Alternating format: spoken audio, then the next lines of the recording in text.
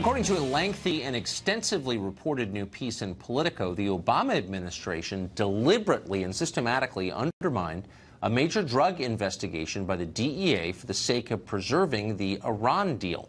The report describes how the DEA unraveled a billion-dollar cocaine and weapons smuggling ring organized by Hezbollah. That is, of course, a Lebanese Islamic group supported by the Iranian government. But instead of helping to bring down the ring, the DEA was blocked by the Justice Department and the State Department, both of which refused to press charges or help make arrests. The apparent goal of all of this? Improving relations with Iran preparatory to the deal. Peter Brooks is a senior fellow for national security affairs at the Heritage Foundation in Washington, and he joins us tonight. Peter, thanks for coming on. Good to be with you. So it sounds like, this piece is very long. Dozens of people are interviewed in it. And it sounds like they nailed it. The Obama administration prevented the DEA from basically doing anything about Hezbollah's drug and gun smuggling because they wanted to keep the Iran deal in place. Do you buy that? It's certainly possible. In fact, it fits thematically into the Obama administration's general way of dealing with threats, and that is if we're nice to them, they'll be nice to us. So even though we had Iran in a terrible position with the sanctions, they let them out of they let them off on a number of ways on the nuclear deal, which is the same sort of thing. There were side deals. They remain a threshold nuclear state.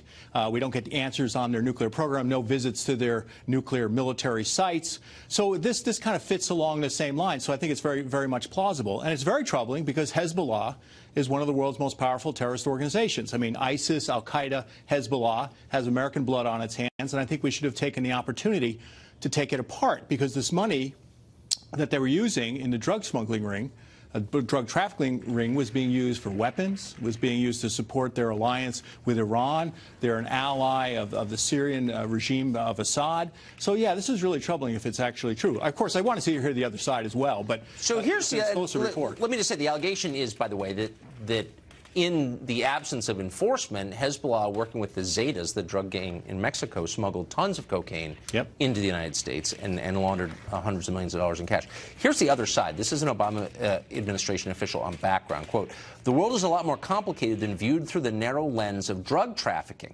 You're not going to let the CIA rule the roost, but you're also not going to let the DEA do it either." Their point is, look, there's a lot of stuff going on here.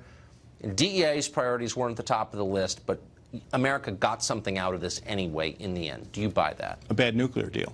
That's what we got in the end, really, when you get down to the bottom line. It's possible. And that's why I think we need to hear the other side of the story. They're going to put a different case out there saying that there were other things we needed to think about to get Iran to the negotiating table, and we had to look aside of this. But my concerns is about Hezbollah. Like I said, this is one of the world's most powerful terrorist organizations, has American blood on its hands. Remember the 1980s, the American embassy in Beirut, the Marine barracks in Beirut, the attack against the Israeli, the Jewish community center in Buenos Aires. They even arrested Hezbollah operatives here in the United States.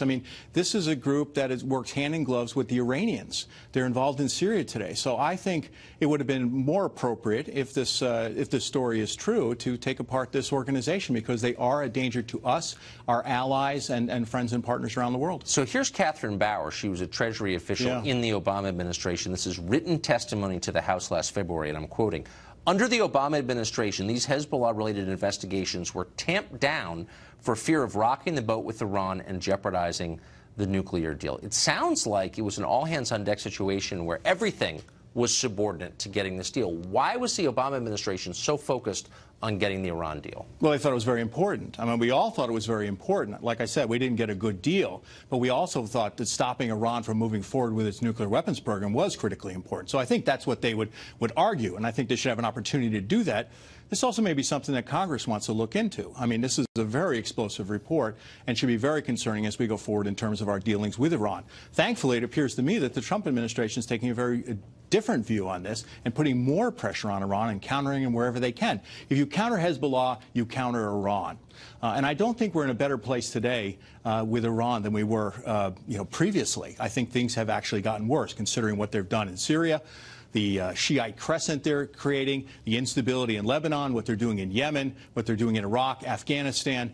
So I think we should take every opportunity we can to counter anybody who's an ally of especially Iran. Dumping drugs. If more than 60,000 Americans died of drug ODs last year, it's not a small thing to know that your government wasn't doing anything to keep illegal drugs out of your country. Yeah, I think that's critically important. They were also being sent around the world too. They were being around to Europe as well. It wasn't just the United States, but there's also this terrorism angle that I don't want to overlook. Yeah, no, I agree with that. Peter Brooks, thank you. Thank you. Robert Mueller's investigation was just accused of improperly seizing thousands of emails from the Trump transition team. We'll break down the latest blow to the apparent legitimacy of that investigation next.